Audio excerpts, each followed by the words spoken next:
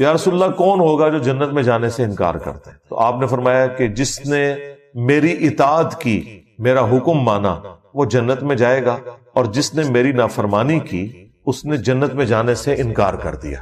یعنی کلمہ پڑھنے کے باوجود جب میری نافرمانی کر رہا ہے تو اس نے خود سے انکار کر دیا کہ میں نے جنت میں نہیں جانا۔ تو یہ بڑا سینسٹیو مسئلہ ہے۔ یہ ایک آدھی بات اٹھانا کہ جس نے ایک دفعہ بھی کلمہ پڑھا وہ جنت میں جائے گا، پوری بات بتایا کریں کہ اس صورت میں کہ اگر اس کا خاتمہ ایمان پر ہوا اور اللہ تبارک و تعالی نے اس کے اس گناہوں کی کوئی معافی والا معاملہ کر دیا ہزاروں لاکھوں سال جہنم میں جلنے کے بعد، تب ایسی صورتحال ہوگی۔ اللہ نہ کرے کہ ایسا ہو۔ ہم تو موم بتی کے فلیم پہ بھی 1 منٹ کے لیے ہاتھ نہیں رکھ سکتے، تو یہ کہنا کہ جی پھیرا لگے گا تو پھر جنتی ٹوری جاؤں گے، سوچ بھی نہیں سکتے۔ اللہ تعالیٰ فرما رہا ہے سورۃ الفرقان میں کہ جہنم تھوڑی دیر رہنے کے لیے بھی بری جگہ ہے اور مستقل قیام کے لیے بھی انتہائی بری جگہ ہے۔ اللہم اجرنا من النار، آمین۔ سورۃ الاحزاب کی آیت نمبر 72 میں انسان کو ظالم اور جاہل کیوں کہا گیا جبکہ اس نے اللہ کی امانت کو اٹھایا؟ یہ قرآن پاک لٹریچر کی زبان میں بات کرتا ہے، تو بیسیکلی اس کو اگر آپ انگریزی میں ٹرانسلیٹ کریں نا کہ اللہ تعالیٰ یہ کہنا چاہ رہا ہے کہ انسان نے اس آفر کو انڈر ایسٹیمیٹ کر لیا، کہ اسے اندازہ نہیں تھا کہ یہ کہنا تو آسان ہے کہ جو کچھ بھی ہے تیرے محبوب کی امت میں ہے، غلامی رسول میں موت بھی قبول ہے، لیکن پریکٹیکلی جب قربانی دینے کی باری آئے تو ایسا ہوگا نہیں۔ یہ ان معنوں میں کہا گیا ہے، کیونکہ آپ آگے دیکھیں پھر اللہ تعالیٰ نے فرمایا یہ اس لیے ہوا تاکہ اللہ تعالیٰ اہل ایمان کو جزا دے گا اور کافروں اور منافقین کے لیے عذاب والا معاملہ فرمائے گا۔ تو اللہ تعالیٰ پھر بعد میں انسان کی تعریف بھی تو کر رہا ہے نا، تو لہٰذا ان دونوں چیزوں کو اکٹھا سمجھے کہ اللہ تعالیٰ نے جو کہا کہ یہ ظالم تھا، جاہل تھا، مراد یہ کہ اسے اندازہ نہیں تھا۔ جاہل سے مراد آپ یہ سمجھ لیں جیسے جس کو کسی چیز کی سنگینی کا علم نہ ہو، اسے کہا جاتا ہے جاہل۔ ظالم اس اعتبار سے کہ خود اس نے اپنے لیے ایک ظلم والا معاملہ کر لیا کہ اسے پتہ ہی نہیں تھا کہ میں یہ جو کچھ کرنے جا رہا ہوں اس کا اینڈ رزلٹ کیا نکلے گا، اپنے اوپر ظلم خود ہی کر لیا۔ اس نے آفر قبول کی تو اب اسے آفر نبھانی پڑے گی۔ اس کا قطعاً یہ مقصد نہیں تھا کہ اللہ تعالیٰ کے ڈیوائن پلان کے کو خلاف یہ بات ہو گئی ہے، اللہ بھی تو یہی چاہتا تھا۔ سورۃ البقرہ میں آیا کہ میں زمین میں اپنا ایک خلیفہ بھیجنے والا ہوں، تو یہ تو اللہ تعالیٰ نے ڈیسائیڈ کر دیا ہوا تھا کہ زمین میں خلیفہ بھیجنا ہے۔ اس کے لیے کوئی بھی ایک معاملہ ہونا تھا، وہ اللہ تعالیٰ کی حکمت تھی۔ تو یہ ان معنوں میں ہے۔ اور اگر کوئی یہ کہے کہ مجھے تو یاد ہی نہیں ہے کہ میں نے کوئی اللہ تعالیٰ سے اس قسم کا عہد کیا تھا، ہماری انسٹنکٹ کے اندر یہ عہد موجود ہے، اس کو چھوڑ دیں۔ آج بھی کسی انسان کو یہ آفر کی جائے کہ تم نے چند سال کی زندگی خدا کو دینی ہے، پھر ہمیشہ کی زندگی کی کامیابیاں تمہارا مقدر ہوں گی، جس میں نہ تمہیں موت آئے گی، نہ کبھی بدحال ہوگے، نہ کبھی بوڑھے ہوگے، نہ کوئی غم پہنچے گا، حتیٰ کہ جو تم خواہش کرو گے وہ تمہیں ملے گا۔ دنیا میں تو انسان کوشش کر کے لیتا ہے تو اس کے لیے اپنی زندگی گنوا دیتا ہے، اور آخرت میں صرف خواہش کر کے مل جائے گا۔ تو ہر بندہ یہ آفر قبول کرنے کے لیے تیار ہے۔ اگر آپ کو یقین نہیں آتا تو میں آپ کو مثال دے دیتا ہوں۔ اگر کسی شخص کو یہ آفر دی جائے کہ جو شخص لاہور سے لے کر جہلم تک ریل کار میں 3 گھنٹے کا سفر کھڑے ہو کر کرے گا، جہلم پہنچتے ہی اس کی پوری زندگی کا خرچہ گورنمنٹ آف پاکستان اٹھائے گی، اس کے بچوں کا خرچہ، اس کی فیملی کی ساری ضروریات، اس کا مکان، سکولنگ، سب کچھ مرتے دم تک گورنمنٹ کے ذمہ ہے، تو کیا خیال ہے پورا لاہور جہلم نہیں پہنچ جائے گا؟ وہ کہیں گے 3 گھنٹے بس، پھر پوری زندگی کے لیے آسانی۔ آپ ذرا دنیا کی 60 سال کی زندگی کو صرف قیامت کے دن سے کمپیئر کریں تو 3 منٹ بنتا ہے، 50,000 سال کا دن ہے۔ جنت کی تو میں بات ہی نہیں کر رہا، وہ تو مسلم شریف میں حدیث ہے کہ جنت کی زندگی اور دنیا کی زندگی کو کمپیئر کیا جائے تو ایسے ہی ہے جیسے کوئی شخص انگلی ڈبوئے سمندر میں، سمندر کا پانی جو انگلی کے ساتھ لگے گا وہ دنیا کی زندگی ہے، اور سمندر انفینٹ آخرت کی زندگی ہے۔ مسلم شریف میں حدیث نہیں آتی کہ دنیا میں جس شخص نے مفلسی کی زندگی گزاری ہوگی لیکن حلال و حرام کی تمیز کی ہوگی، اللہ کا تابع فرمان رہا، اللہ تعالیٰ قیامت کے دن فرشتوں سے کہے گا ذرا ایک پھیرا اسے جنت کا لگواؤ نا۔ فرشتے اسے لے کے جنت میں جائیں گے، جب واپس آئے گا اللہ تعالیٰ پوچھے گا ہاں بھائی کوئی دنیا میں تکلیف دیکھی؟ وہ کہے گا اللہ تیری عزت کی قسم میں نے دنیا میں کوئی تکلیف نہیں دیکھی۔ جنت کا ایک پھیرا اس کی پوری زندگی کی تکلیف کو ختم کر دے گا کہ اگر مجھے یہ کچھ ملنے والا تھا تو میں نے دنیا میں کوئی تکلیف ہی نہیں دیکھی۔ پھر اللہ تعالیٰ ایک فاسق اور فاجر شخص کو جس نے دنیا میں بڑی عیاشی کی زندگی گزاری، اللہ تعالیٰ کو ریسپانس نہیں کیا، دنیا کی ہر آسائش اویلیبل تھی، اللہ تعالیٰ کہے گا ذرا اسے دوزخ کا ایک پھیرا لگواؤ، ایک پھیرا لگے گا نا، ادھر تو کہتے خیر ایک پھیرا ہی لگے گا، ایک پھیرا بھائی وہ کتنا لمبا ہوگا، اس کو تو جسٹ تھوڑی دیر کے لیے جہنم میں لے کے جب فرشتے جائیں گے اور واپس آئے گا تو اللہ تعالیٰ پوچھے گا ہاں بھائی کوئی دنیا میں سکھ دیکھا؟ وہ کہے گا تیری عزت کی قسم میں نے کوئی سکھ نہیں دنیا میں دیکھا، حالانکہ دنیا کی ساری زندگی اس نے سکھی گزاری ہوگی۔ کیوں؟ اسے وہ تکلیف دے کے اپنا وہ سکھ بھی بھول جائے گا کہ گویا وہ تو کچھ بھی نہیں تھا، یہ تو اگر یہ کچھ میرے ساتھ ہونا تھا تو میں نے کوئی سکھ نہیں کاٹا۔ یہ اتنا سینسٹیو ایشو ہے، لیکن ظاہر ہے اللہ تعالیٰ نے چیزوں کو امتحان کے ساتھ جوڑا ہوا ہے، پھر ذہن میں رکھیے گا۔ بخاری اور مسلم دونوں میں حدیث ہے کہ اللہ تعالیٰ نے جنت کو ناگوار چیزوں سے ڈھانپ دیا ہے اور دوزخ کو، جہنم کو خوشگوار چیزوں سے ڈھانپا ہوا ہے۔ وہ پنجابی میں کہتے ہیں کڑگا لگانا، خوشگوار چیز ہوگی آپ اسی کی طرف بھاگیں گے۔ جنت ناگواری کے ساتھ ہے، اس کے ارد گرد ناگوار چیز ہے۔ گرمیوں میں فجر کی نماز جماعت سے پڑھنا ناگوار چیز ہے، نیند نہیں پوری ہوتی۔ گرمیوں میں لمبے لمبے روزے رکھنا طبیعت میں ناگوار ہے۔ سردیوں میں ٹھنڈے پانی سے کیا گرم پانی سے بھی وضو کر کے نماز پڑھنا بہرحال ایک ایفرٹ تو ہے، طبیعت پہ ناگوار ہے۔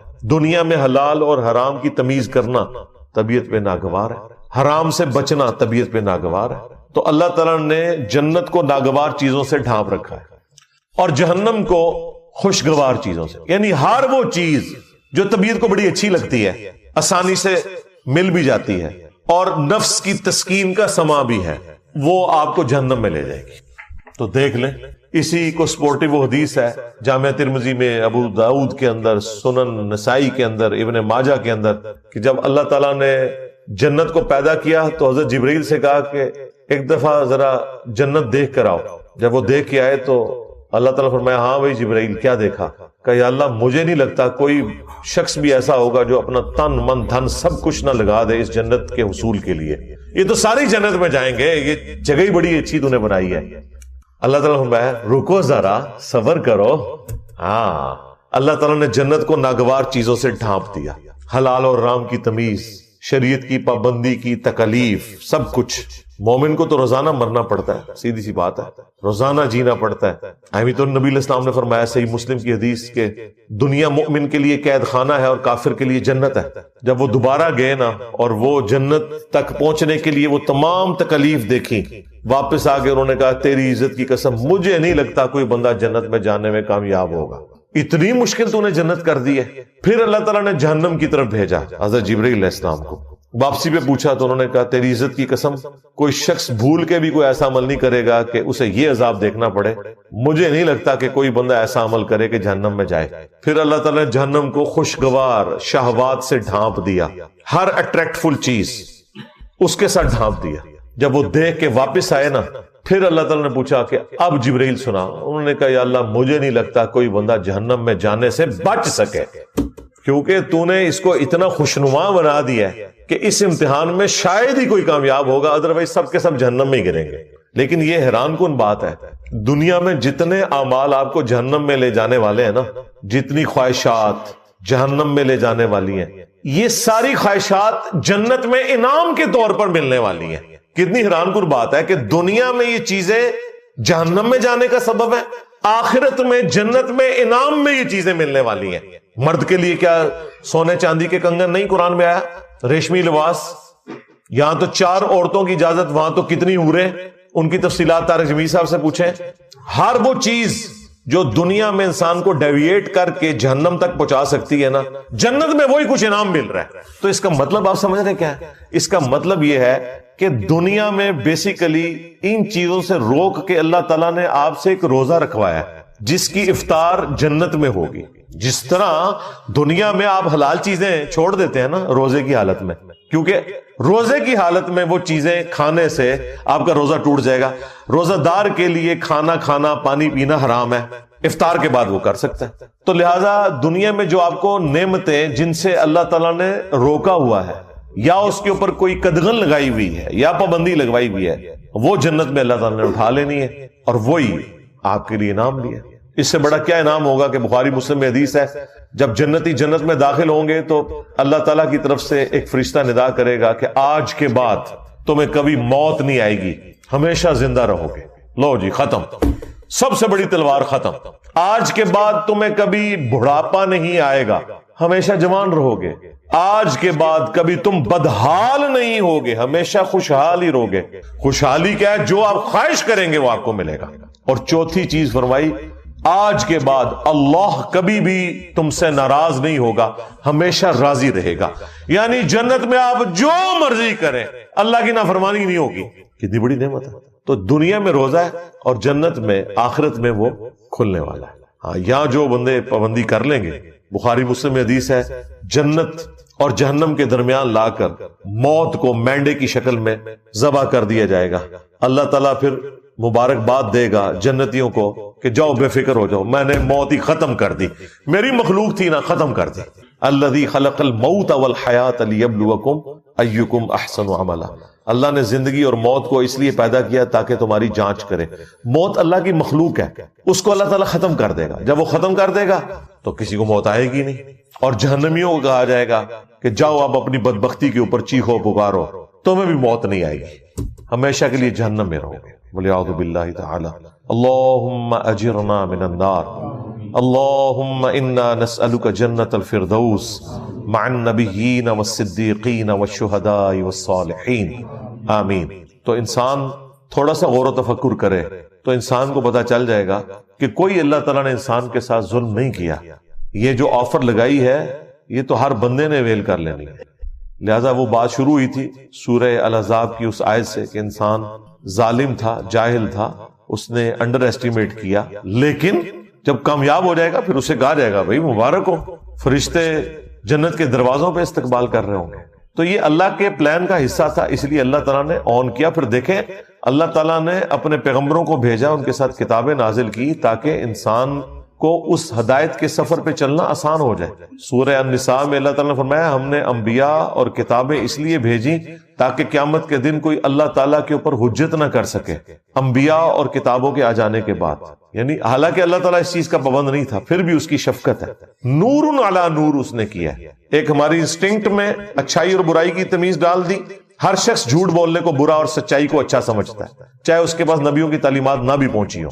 ہاں, جب نبیوں کی تعلیمات آ جاتی ہیں وہ نور علی نور, نور کے اوپر نور ہو جاتا ہے, پھر تو ہر چیز کھل کے سامنے آ جاتی ہے. اس کے باوجود کوئی شخص جہنم میں چلا جائے تو اس کے اپنے اعمال ہیں. اللہ تعالیٰ نے انسان کے اوپر ظلم نہیں کیا. انا ہدیناہ السبیل اما شاکرا و اما کفورا. ہم نے ہدایت کا راستہ واضح کر دیا, چاہو تو شکر گزاری کی روش اختیار کرو اور چاہو تو نہ شکری کی, تمہاری اپنی مرضی ہے. لیکن اس کا یہ مطلب نہیں ہے کہ جو اللہ نے یہ آفر دیے تو اس کا مطلب ہے کہ اللہ تعالیٰ بے پرواہ ہے اس معاملے میں, جو مرضی کرتے رہو. نہیں, اللہ تعالیٰ اپنے تابع فرمان بندوں کو جنت میں پھر بھیجے گا اور جو نافرمان ہے انہیں جہنم میں بھیجے گا. یہ کوئی نہیں کہہ سکتا کہ میری تقدیر میرے اوپر غالب آ گئی. نہیں, اللہ تعالیٰ نے بالکل واضح فرما دیا ہے سورہ الزمر کے اندر. اور میں تو اس آیت کو سورہ الزمر سورت نمبر 39 کی آیت نمبر 7 ہے, میں اسے کہتا ہوں یہ مسئلہ تقدیر کو حل کرنے والی ہے. جو لوگ تقدیر کا سہارا لیتے ہیں نا اپنی برائی کے اوپر پردہ ڈالنے کے لیے, اللہ تعالیٰ کے کھاتے میں ڈال دیتے ہیں, ان کے لیے شرم کا مقام ہے. اللہ تعالیٰ نے کس طرح قرآن پاک میں آیات کھول کے بیان کی ہیں. سورہ الزمر سورت نمبر 39 آیت نمبر 7, ان تکفروا فإن اللہ غنی عنکم. اگر تم کفر کی روش اختیار کرو گے, ناشکری کرو گے, تو جان لو بے شک اللہ تعالیٰ بے پرواہ ہے تم سے. یہ نہیں ہوگا کہ تمہاری ناشکری کرنے سے, تمہاری نافرمانی کرنے سے, تمہارے بے نمازی رہنے سے کوئی اللہ تعالیٰ کو نقصان ہو رہا ہے, کوئی اس کی کوئی کوالٹیز میں کوئی نقص آ جائے گا. نہیں. وَلَا يَرْضَى لِعِبَادِهِ الْكُفْرَ. لیکن یاد رکھنا اللہ اپنے بندوں سے کفر کے لیے راضی نہیں ہے. اگرچہ اس نے کھلی چھٹی دی ہوئی ہے, وہ تو بے پرواہ ہے لیکن راضی نہیں ہوگا. وَإِن تَشْكُرُوا يَرْضَهُ لَكُمْ. اور اگر تم شکر گزاری کی روش اختیار کرو گے پھر ہی وہ تم سے راضی ہوگا, اسی میں وہ تم سے راضی ہے. لہذا یہ جو ہم کہتے ہیں نا اللہ کو کوئی پرواہ نہیں ہے, مراد یہ نہیں کہ جو مرضی کرتے رہو, مراد یہ کہ اللہ کو فرق نہیں پڑے گا لیکن تسی مارے گئے. کہتے ہیں جی اللہ نو ساڑیاں نمازاں چاہیے, بھئی اللہ کو نہیں چاہیے, تمہیں چاہیے نمازیں. اللہ تو کہہ رہی ہے مجھے فرق نہیں پڑتا, لیکن تو گیا اگر تو میرا نافرمان ہوا. اور اس سے یہ بات بھی کلیئر ہوئی کہ جو یہ اکثر جملہ بولا جاتا ہے نا کہ دنیا میں جتنے بھی کام ہو رہے ہیں یہ اللہ کی مرضی سے ہو رہے ہیں, یہ بالکل غلط جملہ ہے. دنیا میں سارے کام اللہ کی مرضی سے نہیں ہو رہے. کیا شرک, کفر, بدکاری اللہ کی مرضی سے ہو رہی ہے؟ نہیں، اللہ کی مرضی تو اللہ نے کہہ دیا کہ میری مرضی کیا ہے، وَلَا يَرْضَى لِعِبَادِهِ الْكُفْرَ، میں ناشکری کی روش اپنے بندوں کے لیے پسند نہیں کرتا، میری کوئی مرضی نہیں اس میں، اللہ کی اجازت سے سب کچھ ہو رہا ہے، پکڑے گا نہیں۔ جس نے اذان کی آواز میں مسجد میں جانا ہے جائے، جس نے نہیں جانا اس کے پاؤں زمین میں نہیں دھسیں گے، اجازت ہے، جو مرضی کرو، لیکن آخرت میں پکڑ لے گا۔ مرضی یہ نہیں ہے کہ جو مرضی کرو، مرضی یہی ہے کہ پیغمبروں کی پیروی کرو، کتابوں کے پیچھے چلو۔ وَإِن تَشْكُرُوا يَرْضَهُ لَكُمْ، اور اگر شکر گزاری کی روش اختیار کرو گے تو اللہ تعالیٰ اپنے بندوں سے یہی پسند کرتا ہے۔ وَلَا تَزِرُ وَازِرَةٌ وِزْرَ أُخْرَى، اور جان لو کہ کوئی جان دوسری جان کا بوجھ قیامت کے دن نہیں اٹھائے گی۔ تم لاکھ کہتے رہو کہ عبد القادر جیلانی ہمیں جنت میں لے جائیں گے، سرکار ایسا ہو ہی نہیں سکتا۔ جب نبی الاسلام اپنی بیٹی خاتون جنت کے بارے میں یہ کہہ رہے ہیں نا کہ میری بیٹی فاطمہ میرے مال سے جو لینا ہے لے لے، اگر اللہ کے حضور پکڑی گئی تو میں تیرے کچھ کام نہیں آؤں گا۔ اگر سیدہ فاطمہ کا یہ سٹیٹس ہے تو بابد شاہی کوئی نہیں، ہاں فاطمہ کے جیسا ہے ہی کوئی نہیں، تیرا بابا تھے شاہی کوئی نہیں۔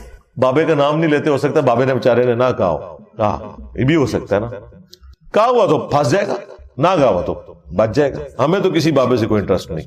ثم الى ربکم مرجعکم، اس کے بعد تمہیں لوٹ کر اپنے رب کے پاس جانا ہے۔ فینبئکم بما کنتم تعملون، تو وہ تمہیں پھر خبر دے دے گا جو کچھ تم دنیا میں کیا کرتے تھے۔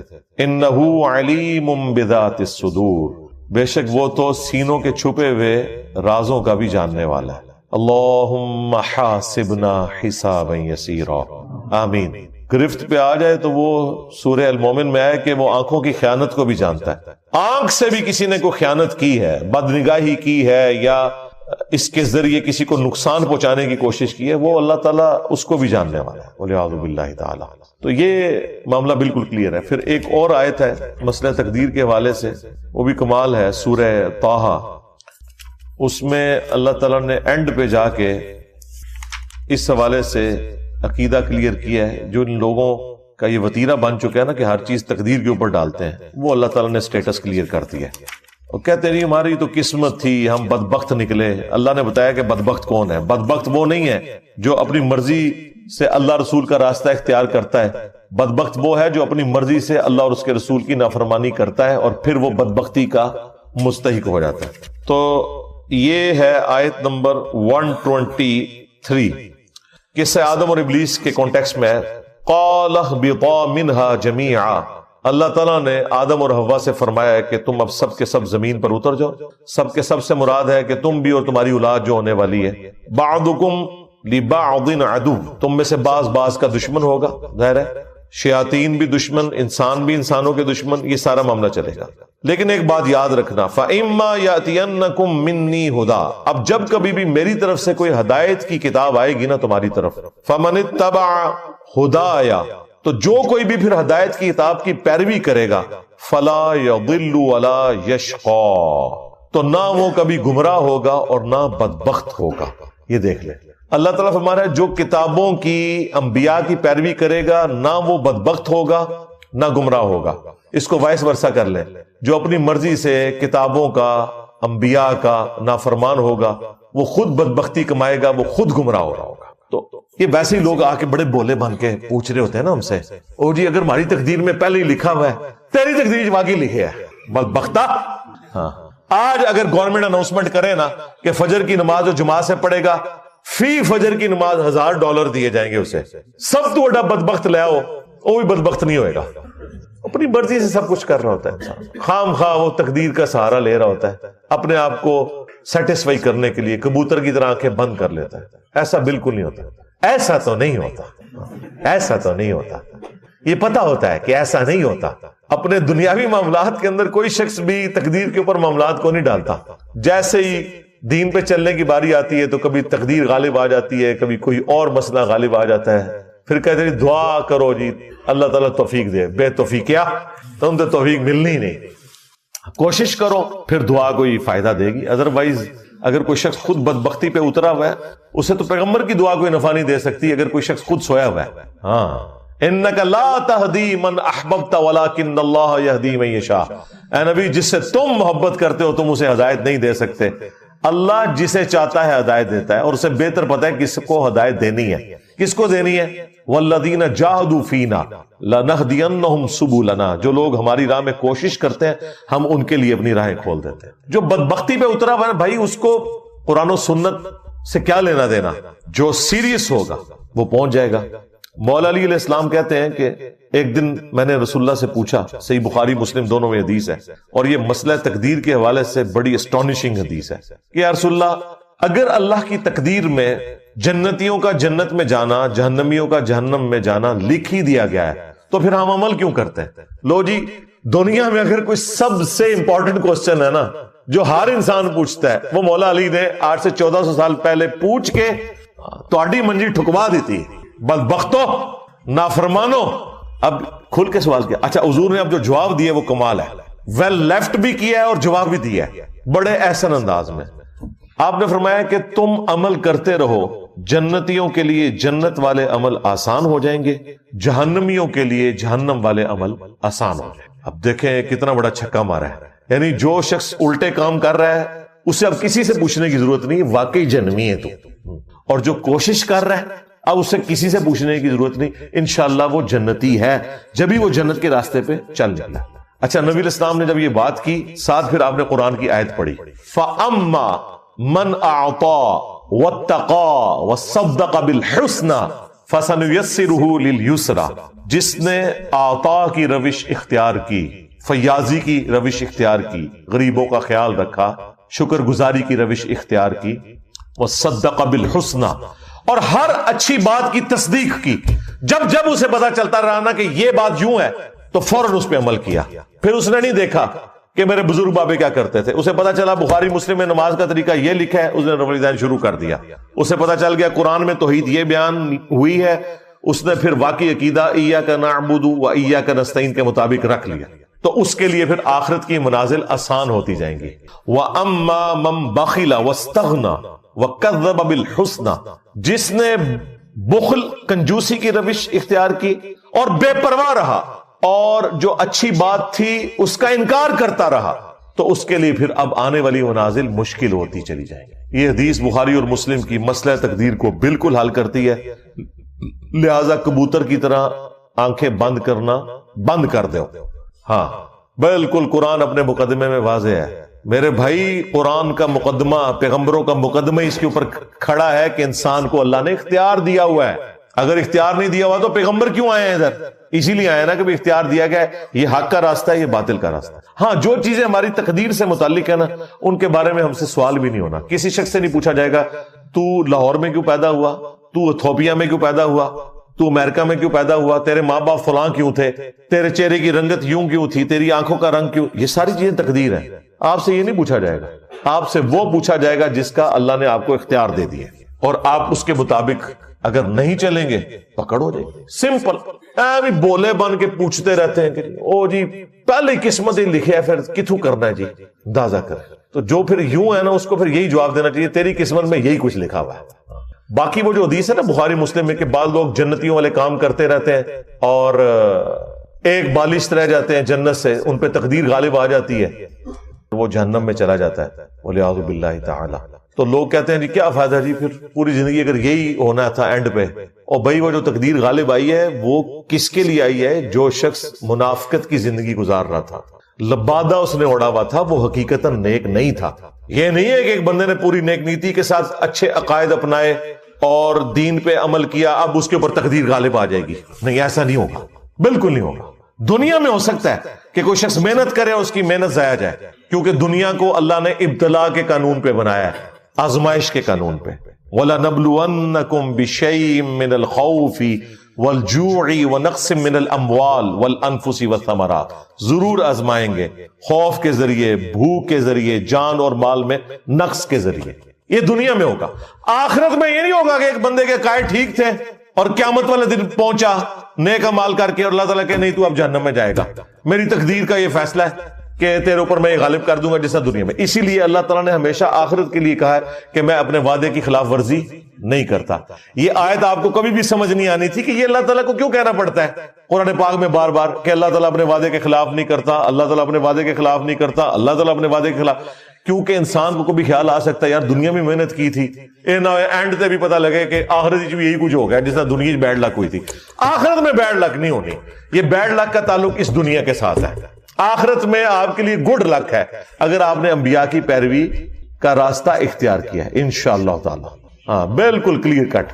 تو اس فرق کو آپ سمجھ لیں، یہ لوگ بعض اوقات اس کو مکس کر دیتے ہیں، ایسا بالکل نہیں ہے، بالکل کلیئر کٹ۔ جو مولا علی کو حضور نے فرما دیا نا کہ جنتیوں کے لیے جنت کے عمل آسان ہو جائیں گے، جہنمیوں کے لیے جہنم والے اعمال آسان ہو جائیں گے۔ بس آپ دیکھ لیں دنیا میں آپ کو بھی اندازہ ہو جاتا ہے بعض لوگ کتنا اللہ کو سیریس لیتے ہیں، چھوٹی سی بات کے اوپر بھی کتنے وہمی ہو جاتے ہیں۔ تو میں اس طرح کے جب لوگوں کو دیکھتا ہوں میں کہتا ہوں جی جنتی روحیں دنیا میں ہی پہچانی جاتی ہیں، کس طرح معاشرے سے ٹکر لے لیتے ہیں اللہ اور اس کے رسول کی خاطر عز و جل و صلی اللہ علیہ وسلم، اور کتنے جنہوں نے صرف دین کا لبادہ اوڑا ہوا ہے، ذرا سی کوئی تکلیف آئی وہ پڑا ہوا دین، دنیا کی پرائورٹی ان کے لیے ٹاپ پرائورٹی ہوتی ہے، اللہ ان کے لیے ٹاپ پرائورٹی نہیں ہوتا۔ والعیاذ باللہ تعالی۔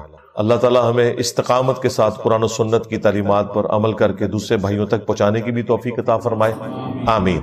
اللہم انی اسألک بانک انت اللہ لا الہ الا انت الاحد الصمد الذی لم یلد ولم یولد ولم یکن له کفوا احد وإلہکم الہ واحد لا الہ الا هو الرحمن الرحیم الف لام میم اللہ لا الہ الا هو الحی القیوم اللہم صلی علی محمد وعلی آل محمد ربنا آتنا فی الدنیا حسنہ وفي الآخرة حسنة وقنا عذاب النار اللهم أحسن عاقبتنا في الأمور كلها وأجرنا من خزي الدنيا وعذاب الآخرة ربنا آتنا من لدنك رحمة وهيئ لنا من أمرنا رشدا اللهم اغفر لحينا وميتنا وشاهدنا وغائبنا وصغيرنا وكبيرنا وذكرنا وأنثانا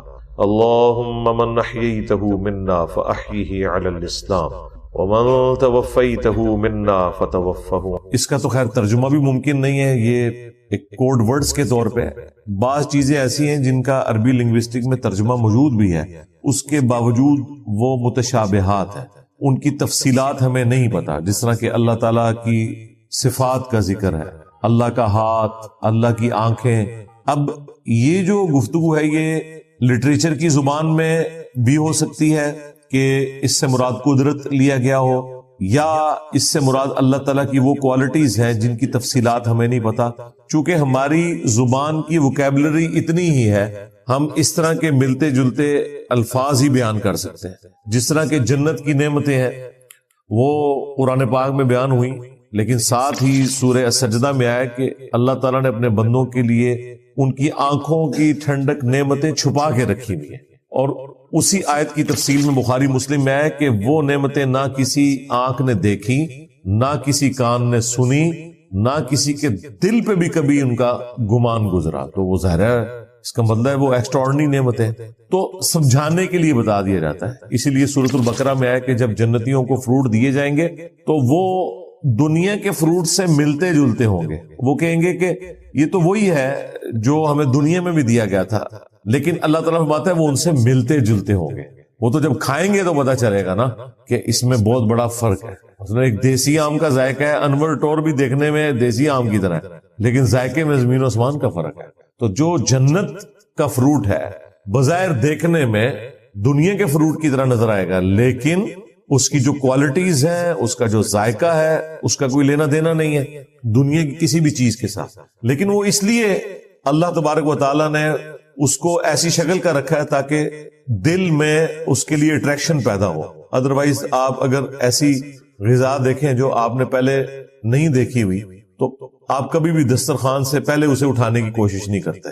کوشش وہی ہوتی ہے جو چیز آپ کو پسند ہے، آپ کی دیکھی بھالی ہے، اسی کو آپ پہلے کھانے کے لیے استعمال کریں۔ اس لیے جنتیوں کو بھی ابتداً اس طرح کے فروٹ دیے جائیں گے جو دنیا کے فروٹ سے ملتے جلتے ہوں گے. اس میں آگے چل کے آئے گا انار، انگور، لیکن آپ نے قطعاً یہ نہیں سمجھنا کہ یہ اس طرح کے انار اور انگور ہوں گے. دنیا میں بھی کوالٹیز کا اتنا فرق ہے کہ ایک ہی طرح کا فروٹ مختلف علاقوں میں جو اگتا ہے، زمین و آسمان کا فرق ہے اس کے ٹیسٹ کے اندر. تو انسان جو ہے چونکہ اس طرح کے فروٹ کے ساتھ فیملیئر ہے، اس لیے اسے اٹریکشن فیل ہوگی، لیکن جب وہ کھائے گا تو اس کا ذائقہ تو بالکل ایک ایکسٹرا آرڈنری ہوگا. تو اس طرح کی جو متشابہات ہیں، ریزمبلنس والی چیزیں، اللہ تعالیٰ کی صفات سے متعلق ہوں، جنت سے متعلق ہوں، حوروں سے متعلق ہوں، وہ صرف اجمالاً ہماری وکیبلری میں بیان کیا گیا. اس کی تفصیلات جب تک انسان وہاں پہنچ نہ جائے اس کو کبھی بھی اس طریقے سے بریف نہیں کر سکتا. تو ان آیات پہ صرف ایمان لانا کافی ہے. نہ یہ ایسی آیات ہیں کہ جن کی وجہ سے کوئی قرآن کی تعلیمات میں فرق پڑ جاتا ہے کہ اگر آپ اس کو ڈیٹیل سے نہیں سمجھ رہے. اس کا ذکر سورہ آل عمران کی آیت نمبر 7 میں آیا کہ ہم نے قرآن جو نازل کیا اس کی آیات 2 قسم کی ہیں، ایک محکمات ہے، دوسری متشابہات ہے. پھر اللہ تعالیٰ میں جو محکمات ہیں وہی اصل کتاب ہیں، یعنی جن میں اللہ تعالیٰ نے حکم بیان کیے ہیں. حکم کیا ہے؟ نماز پڑھو، ماں باپ کے ساتھ اس نے سلوک کرو، بدکاری سے بچو، قتل نہ حق نہ کرو، چوری سے بچو. جتنے بھی اللہ تعالیٰ کی طرف سے فرائض ہیں اور اللہ تعالیٰ کی طرف سے جو گناہ حرام قرار دیے گئے ہیں، وہ ساری کی ساری چیزیں جو ہے وہ ہیں محکمات، یعنی حکمیہ چیزیں محکمات. اور اللہ تعالیٰ میں کتاب کی اصل وہی ہے. اور دوسری فرمایا متشابہات ہے، یعنی جو ریزمبلنس والی چیزیں مثال کے طور پر بیان ہوئی. اللہ تعالیٰ فرمایا ان پر اہل ایمان لاتے ہیں، اور جن لوگوں کے دلوں میں ٹیڑھ پن ہوتا ہے وہ کہتے ہیں ہمیں اس کا مطلب ہی بتایا جائے کہ کیا ہے، حالانکہ اس کا کوئی لینا دینا نہیں ہے آپ کے کسی بھی معاملے کے ساتھ جو آپ نے شریعت کے اوپر چلنا ہے. اور اہل ایمان کی نشانی یہ کہ وہ یہ کہتے ہیں یہ ساری کے سارا اللہ کی طرف سے نازل ہوا، ہم اس پہ ایمان لاتے ہیں. پھر وہ دعا کرتے ہیں ربنا لا تزغ قلوبنا بعد اذ ہدیتنا وہب لنا من لدنک رحمہ انک انت الوہاب. اے رب ہمارے دلوں کو ٹیڑھا نہ کرنا اس کے بعد کہ تو نے ہمیں ہدایت عطا فرمائی، اور ہمیں اپنی طرف سے رحمت عطا فرما اے عطا فرمانے والے. اہل ایمان کی روش یہ ہوتی. آمین. تلک آیات الکتاب، یہ آیات ہے الکتاب کی، اللہ کی کتاب، یا اس سے مراد لوح محفوظ بھی جس سے یہ قرآن نازل کیا گیا. الکتاب والذی انزل الیک، اور جو نازل کیا گیا آپ کی طرف میں ربک، آپ کے رب کی طرف سے.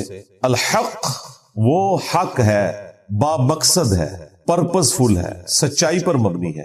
ولیکن اکثر الناس لا یؤمنون، لیکن اکثریت لوگوں کی ایمان نہیں لاتی، حق بات کو قبول نہیں کرتی.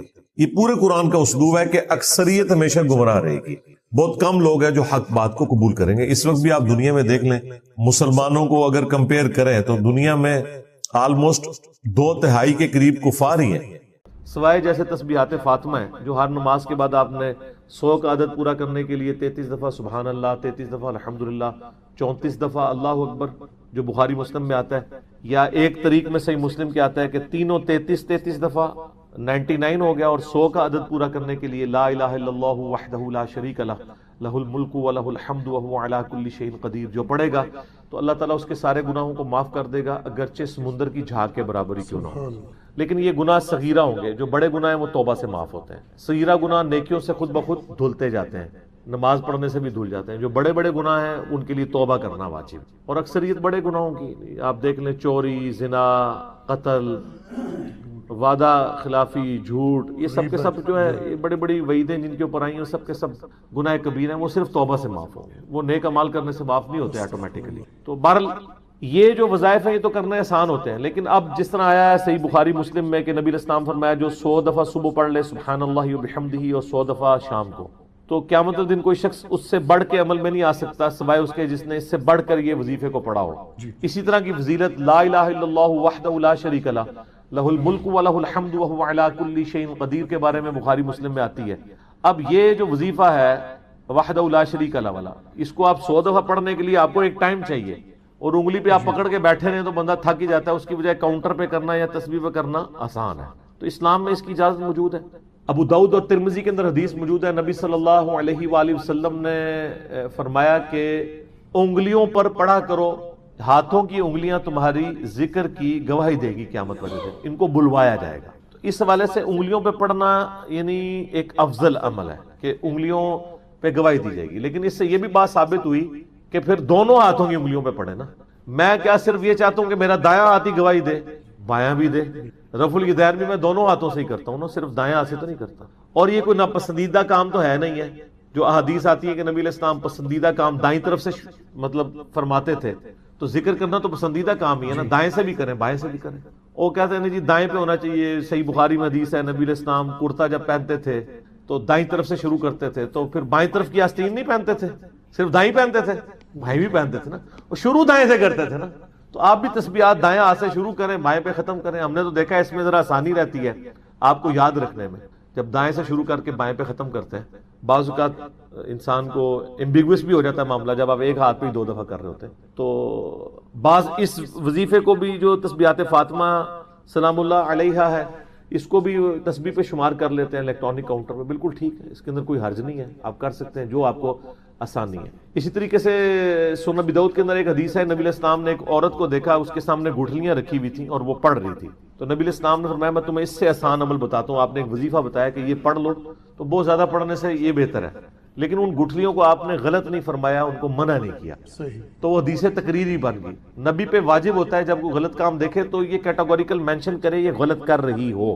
جب وہ کہے کہ میں اس سے بہتر عمل تمہیں بتاتا ہوں، اس سے آسان لفظ ہے، تو اس سے یہ نہیں ہے کہ وہ غلط ہو گیا. جیسا کہ صحیح مسلم میں حدیث ہے، نبی علیہ السلام ایک دفعہ اپنے گھر سے نکلے، فجر کی نماز کے بعد گھر آئے، اس کے بعد گھر سے نکلے اور کافی دیر بعد آپ واپس آئے. جب آپ نکلے تو آپ نے دیکھا کہ آپ کی جو بیوی ہیں سیدہ جویریہ سلام اللہ علیہا، وہ مصلی پہ بیٹھ کے اذکار کر رہی ہیں. پھر سورج کافی بلند ہوا، آپ علیہ السلام واپس آئے اور آپ فرمایا تم صبح سے بیٹھی ہوئی ہو مصلی پہ؟ یا رسول اللہ بیٹھی ہوں، ذکر کر رہی ہوں. آپ نے فرمایا تم صبح سے بیٹھی ہو اور میں نے ابھی آ کے 4 کلمات 3 دفعہ پڑھے اور تم سے زیادہ ثواب مجھے مل گیا. سبحان اللہ وبحمدہ عدد خلقہ ورضا نفسہ وزنۃ عرشہ ومداد کلماتہ. یہ 4 کلمات میں نے سبحان اللہ وبحمدہ تو کامن ہو گیا نا، عدد خلقہ ورضا نفسہ وزنۃ عرشہ ومداد کلماتہ، یہ 4 کلمات بن گئے. میں نے یہ 3 دفعہ پڑھا ہے اور مجھے تم سے زیادہ ثواب مل گیا. یہ صحیح مسلم میں حدیث موجود ہے. تو یہ زیادہ آسان عمل ہوا نا. اب اس کی بنیاد پہ کوئی یہ تو نہیں کہہ سکتا کہ فجر سے لے کے اشراق تک یا سورج بلند ہونے تک مصلی پہ بیٹھنا منع ہے. وہ الگ سے ایک سنت بھی ہے، صحیح مسلم میں حدیث ہے کہ نبی علیہ السلام فجر پڑھ کے اپنے مصلی پہ بیٹھے رہتے حتیٰ کہ سورج بلند ہو جاتا. ایک کمزور روایت بھی ہے ابو داؤد کے اندر کہ جو اس کے بعد 2 نفل پڑھے ایک عمرے کا ثواب اس کو ملے گا. ترمذی کے اندر بھی وہ روایت کمزور ہے، لیکن فی نفسی مسلم شریف میں یہ ثابت ہے کہ نبی علیہ السلام فجر پڑھ کے سورج کے بلند ہونے تک اپنے مصلی پر بیٹھا کرتے تھے. اور صحابہ کرام کہتے ہیں کہ ہم زمانے جاہلیت کے اپنے واقعات کو یاد کر کے نا تو وہ مزاح بھی کیا کرتے تھے کہ اسی تے کتنے اینج ہوندے ساں اسی اے کرتے تھے، شکر ہے اللہ نے سانو ہدایت دی.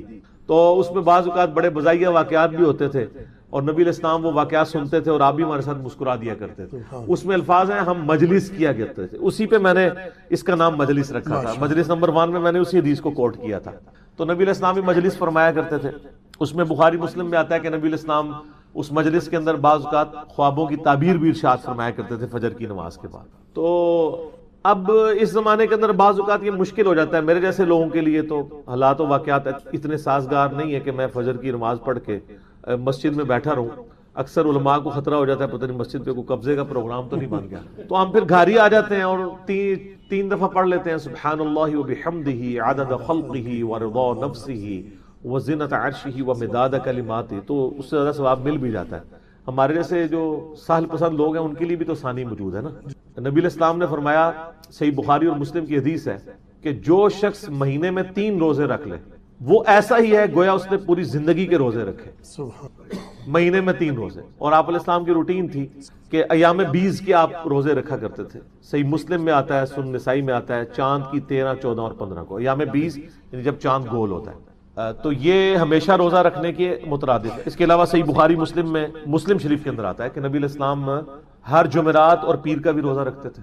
اور ایک اور اس سے بھی آسان عمل ہے. نبی علیہ السلام نے فرمایا، صحیح مسلم میں حدیث ہے، یہ حدیث ترمذی میں بھی ہے، ابو داؤد میں بھی ہے، نسائی میں بھی ہے، ابن ماجہ میں بھی ہے. اہل سنت کی مین سٹریم کی 6 کتابوں میں سے 5 کتابوں میں ایکسکلوڈنگ بخاری باقی 5 کی 5 کتابوں میں حدیث ہے جو شخص رمضان کے روزے رکھے اس کے بعد شوال کے 6 روزے رکھ لے تو وہ ایسا ہی ہے جیسا اس نے پوری زندگی کے روزے رکھے, پورے سال کے روزے رکھے. یہ اس سے بھی آسان ہے.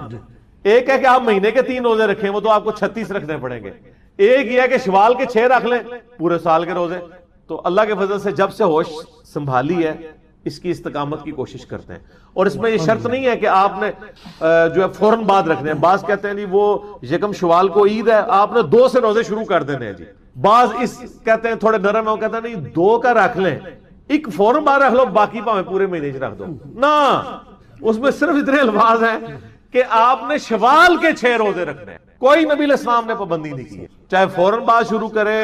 ویسے فوراً بعد میں آسانی رہتی ہے کیونکہ ایک روٹین بنی ہوتی ہے نا. آپ نے دیکھا رمضان کے بعد جب آپ اگر روزے نہ رکھیں نا تو کئی دن تک تو آپ کو کھاتے ہوئے بھی تھوڑی یعنی ریلیکٹنٹ ہوتے ہیں آپ کہ یار یہ میرا روزہ ہی نہ ہو گئی. دوسرا جس طرح انہوں نے کہا کہ معدے کو ایک عادت پڑی ہوئی ہوتی ہے بھوکا رہنے کی, وہ 6 روزے ساتھ رکھ لینا آسان ہے. میں نے تو یہ دیکھا ہے ہمارے آفس میں خصوصاً رمضان کے اندر ذرا لمبی چھٹیاں ہوتی ہیں, تو میں کوشش کرتا ہوں کہ گھر میں یعنی آفس کھلنے سے پہلے وہ روزے مکمل کر کے جاؤں. جب آفس بندہ پہنچ جاتا ہے پھر ذرا اور روٹین شروع ہو جاتی ہے. گھر میں روزہ رکھنا آسان ہے, فجر پڑھ کے روزہ رکھ کے سو جائیں, زور تک تو ویسے ہی روزہ گزر جاتا ہے. ٹھیک ہے نا جی, چھٹیاں ہو جاؤ تو روزہ آسان ہو جاتا ہے. اور اس کو آپ جناب ریلیجیسلی فالو کریں کہ کتنی آسانی ہے آپ کے لیے کہ 6 روزے رکھ لیں تو پورے سال کے روزے, تو آپ پوری زندگی کے روزے رکھیں گے. اور یہ حدیث حضرت عبداللہ بن عمر بن عاص کے بارے میں بخاری مسلم میں آتی ہے کہ وہ روزانہ روزہ رکھتے تھے. تو نبی علیہ السلام فرمایا روزانہ روزہ رکھنے والا تو ایسا ہے جس نے روزہ رکھا ہی نہیں. اسلام کو یہ پسندیدہ نہیں ہے. تم نے اگر روزے رکھنے ہی ہیں تو مہینے میں 3 روزے رکھ لو تو تمہیں روزانہ روزے کا ثواب ملے گا.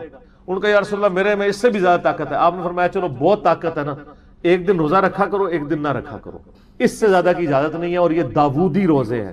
اور پھر جب وہ بوڑھے ہو گئے نا عبداللہ بن عمر بن عاص, بخاری مسلم میں آتا ہے, پھر وہ یاد کیا کرتے تھے کاش میں نے حضور کی رخصت سے فائدہ اٹھا لیا ہوتا, مہینے میں 3 والا کام ہی ٹھیک ہے, اب مجھ سے نہیں رکھے جاتے. تو سر ہم تو آپ کو اس سے بھی آسان عمل بتا رہے ہیں کہ مہینے میں ہر مہینے 3 نہیں, صرف 6 روزے شوال کے رکھ لیں تو پورے سال کے روزے. تو یہ میں آسانی کا بتا رہا ہوں کہ نبی علیہ السلام نے وہ گٹھلیوں کو برا نہیں کہا. البتہ اجتماعی ذکر جو گٹھلیوں والا ہے نا, وہ سن دارمی میں ایک حدیث ہے عبداللہ بن مسعود والی, وہ ایک معاملہ لاد ہے, اس کا تعلق اجتماعی ذکر سے ہے, گٹھلیوں کے ساتھ نہیں ہے. ٹھیک ہے, یہ تو اسی طریقے سے کہ آپ وہ گھوڑوں کی دموں والے حدیث رفع الیدین پہ لگا دیں, وہ 2 الگ چیزیں. یہاں پہ تو یہ ثابت ہے نبی علیہ السلام نے پسند فرمایا.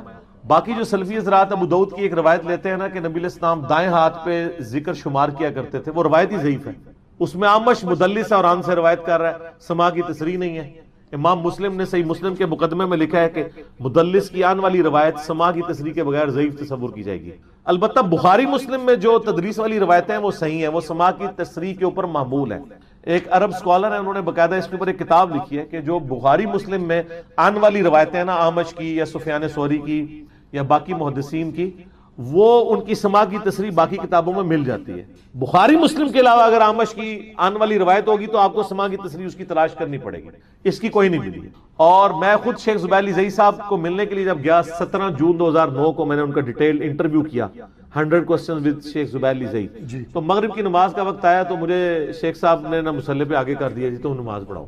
میرے لیے سعادت ہے, میں نے نماز پڑھائی. نماز پڑھ کے میں فارغ ہوا تو شیخ صاحب کو میں نے اپنی آنکھوں سے دیکھا کہ وہ تسبیحات فاطمہ دونوں ہاتھوں پہ شمار کر رہے تھے, شیخ زبیر علی صاحب کو. پھر میں نے ان سے ڈسکس کیا, میں نے کہا جی میرا بھی موقف یہی ہے کہ دونوں ہاتھوں کو گواہی دینی چاہیے قیامت والے دن, جو ابو داؤد میں اور ترمذی میں آتا ہے کہ انگلیاں گواہی دیں گی. باقی جو صرف دائیں ہاتھ پہ شمار کرنے والی روایت ہے وہ تو روایت ہی کمزور ہے, تو آگے اس کے اوپر آپ بلڈنگ کھڑی نہیں کر سکتے. ہمارے سلف میں سے آپ دیکھیں یحییٰ بن سعید القطان بخاری اور مسلم کے راوی ہیں, بڑے مشہور, یہ یعنی تبع تابعین میں سے المتوفى 198 ہجری 198 ہجری میں فوت ہوئے ہیں. امام بخاری امام مسلم نے ان سے احادیث لی ہیں. ان کے بارے میں تاریخ ابن معین میں یحییٰ بن معین رحمہ اللہ, جو امام بخاری کے استاد ہیں, اور اسماء و رجال میں ان کے پائے کا کوئی عالم نہیں ہے, لیکن یہ صرف اہل علم ان کو جانتے ہیں. ہمارے نزدیک تو امام احمد بن حنبل, امام شافعی زیادہ مشہور ہو گئے نا. اسماء و رجال میں جو امام ہے نا حدیث کی فیلڈ میں, وہ یحییٰ ابن معین ہے. یہ باقی لوگ تو کسی کھاتے میں نہیں اس فیلڈ کے اندر. یحییٰ ابن معین ان کے بارے میں یعنی احمد بن حنبل کہتے ہیں کہ جی میں اس حدیث کو حدیث ہی نہیں مانتا جس کو یحییٰ ابن معین نہ جانتا ہو. آپ اس سے ان کا لیول اندازہ کریں حدیث کی فیلڈ میں. تو تاریخ ابن معین میں یحییٰ ابن معین نے نا مختلف جو راوی ہیں نا حدیث کے, ان کے حالات زندگی کے اوپر بھی ڈسکشن کیا. اس میں وہ یحییٰ بن سعید القطان کے بارے میں لکھتے ہیں کہ وہ جبہ پہنتے تھے، بڑے خوبصورت تھے، اور ان کے جبے میں ایک جیب ہوتی تھی جس میں ایک بڑی سی تسبیح ہوتی تھی جو وہ جبے کے اندر رکھ کے وہ مصباح پڑھا کرتے تھے. عربی میں اس کو کیا کہتے ہیں؟ مصباح. ایک مصباح ہے سواد والا، وہ قندیل کو کہتے ہیں جس کا یہ مشکات المصابیح، یہ والی مصباح، ٹھیک ہے. ایک سین والی مصباح ہے، تسبیح پڑھنے کا آلہ، انسٹرومنٹ، مصباح، میم سین با الف ہا، اسے عربی میں کیا کہتے ہیں؟ مصباح. تو اس میں آپ مصباح لفظ لکھیں مکتبۃ الشاملہ میں اور تاریخ ابن معین میں جا کے کلک کریں، کنٹرول فائنڈ کریں تو وہ آپ کو وہ والی روایت مل جائے گی، ٹھیک ہے. اور صوفیاء اسے مذکرہ بھی کہتے ہیں. صوفیاء سے مجھے اختلاف ہے، لیکن یہ تسبیح والا جو پازیٹیو چیز ہے نا، یہ میں نے صوفیوں سے ہی لی ہے، حقیقت بات ہے. وہ اس سے مذکرہ کہتے ہیں. مذکرہ کا مطلب پتہ کیا؟ ذکر یاد دلانے والی. ایک لفظ ہے مذکر، مذکر کہتے ہیں نا جیسے مذکر اور مونس، ٹھیک ہے، مرد و عورت. ایک مذکر لفظ ہے، انما انت مذکر لست علیہم بمسیطر. اے نبی صلی اللہ علیہ وآلہ وسلم، آپ تو ان کو نصیحت کرنے والے ہیں، اللہ کی یاد دلانے والے ہیں. آپ ان کے اوپر داروغہ بنا کے نہیں بھیجے گے کہ ان کے ساتھ زبردستی کریں. وہاں پہ لفظ کیا ہے؟ مذکر، یاد دلانے والا. ٹھیک ہو گیا؟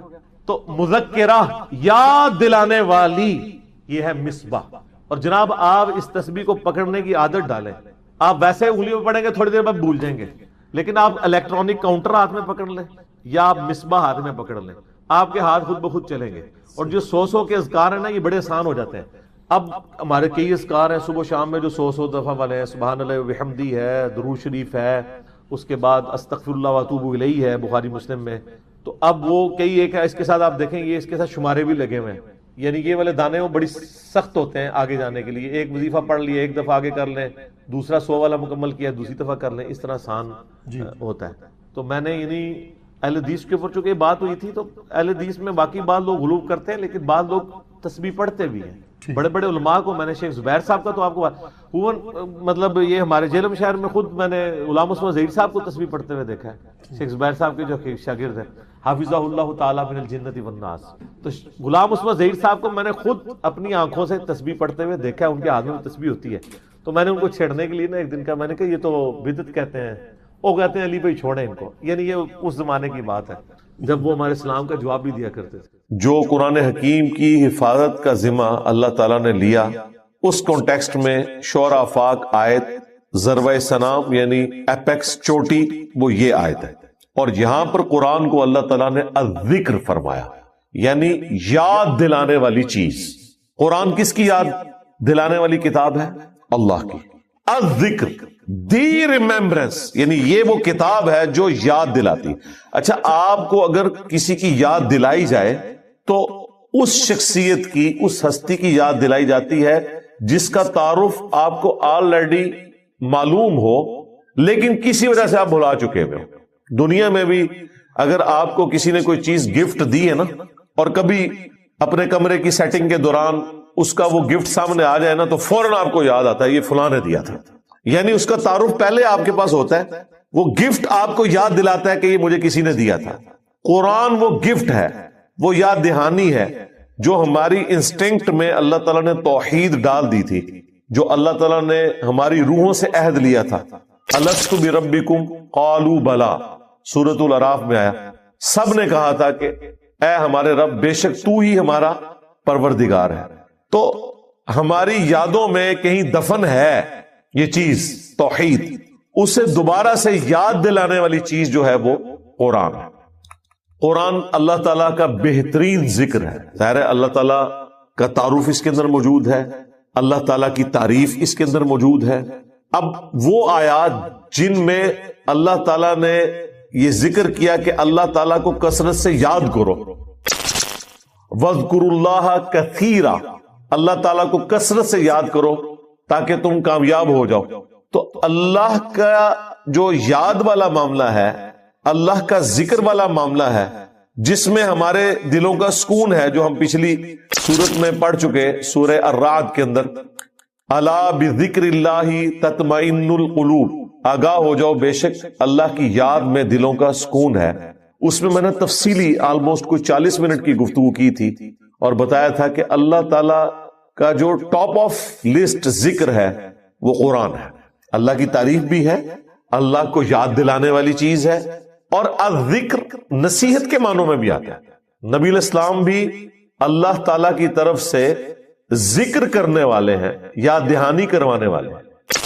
وما ارسلناک الا رحمتا للعالمین وما ارسلناک الا کافتا للناس بشیرا ونذیرا. یعنی یہاں پہ آیا ڈر سنانے والا، خوش خبری دینے والا. وما ہوا الا ذکر للعالمین، یہ نبی تو نہیں ہے مگر نصیحت تمام جہان والوں کے لیے. نبی الاسلام کے لیے بھی آیا، قرآن کے لیے بھی آیا، اللہ کا تعارف کروانے والے. تو میں نے یہ بتایا تھا کہ ٹاپ آف لسٹ جو ذکر ہے وہ قرآن، پھر اس کے بعد جو فرائض ہیں ہم پر، ان میں بھی ٹاپ کے اوپر نماز. وَأَقِمِ الصَّلَاةَ لِلذِّكْرِ، میرے ذکر کے لیے، یاد کے لیے نماز کو قائم رکھنا. اور باقی جو ذکر ہے جو ہم اٹھتے بیٹھتے اللہ تعالیٰ کو یاد کرتے ہیں، اس کا تو پروٹوکول بھی کوئی نہیں. الذین یذکرون اللہ قیاما وقعودا وعلی جنوبہم، اٹھتے بیٹھتے کروٹوں پر لیٹے اللہ کا ذکر کرتے ہیں، اللہ کو یاد کرتے ہیں. صبح شام کی دعائیں ہیں، وہ بھی ذکر کی ایک فارم ہے. لیکن ٹاپ آف لسٹ قرآن. یہ وہ آیت ہے سورۃ الحجر کی آیت نمبر 9 جو اس بات کا ثبوت ہے کہ اللہ تعالیٰ نے قرآن کی حفاظت کی ذمہ داری لی ہے.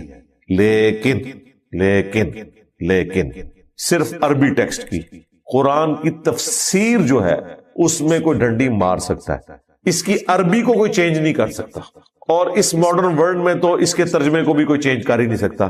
کیوں؟ اب تو ایک زبان دوسری میں ٹرانسلیٹ کرنی ہے، وہ کمپیوٹر کر کے دے گا، اور کمپیوٹر نہ بریلوی ہے، نہ دیوبندی ہے، نہ اہل حدیث ہے، نہ شیعہ ہے. کمپیوٹر ہے، وہ عربی لنگوسٹک کا جو اپروپریٹ معنی بنتا ہے وہ آپ کو بتائے گا، اس میں کوئی ڈنڈی نہیں مارے گا. اب قرآن کے ساتھ کوئی اس طرح کا کھلواڑ بالکل نہیں کر سکتا کہ وہ ترجمہ اس کا بدل دے. ہاں وہ پریکٹیکلی بدل بھی دے، کوئی فرق نہیں ہوگا، پکڑا جائے گا. تفسیر جتنی مرضی وہ غلط لکھے پکڑی جائے گی. لیکن اللہ تعالیٰ کی طرف سے کوئی ایسی پکڑ نہیں ہوگی کہ کوئی غلط اس کی انٹرپریٹیشن کر رہا ہے اور اس کے اوپر کوئی پکڑ آ جائے. وہ آپ کے لیے آزمائش ہوگا. لیکن قرآن پاک کا جو ٹیکسٹ ہے نا، اس کی ذمہ داری اللہ تعالیٰ نے لی ہے، جس کا پریکٹیکل ثبوت یہ ہے کہ جن جن لوگوں نے تباہ آزمائی کرنے کی کوشش کی، ان کی کوشش ناکام رہی. اس وقت بھی دنیا میں لاکھوں میں نہیں، کروڑوں میں تعداد ہے ایسے لوگوں کی جو قرآن کو حفظ کیے ہوئے ہیں. آپ دیکھیں قرآن جب پرنٹ ہوتا ہے نا، اس کے اینڈ پہ لکھا ہوتا ہے کم از کم 4-5 حفاظ کی طرف سے سگنیچر ہوتے ہیں کہ ہم نے اسے حرف بہ حرف پڑھا ہے اور یہ بالکل درست ہے.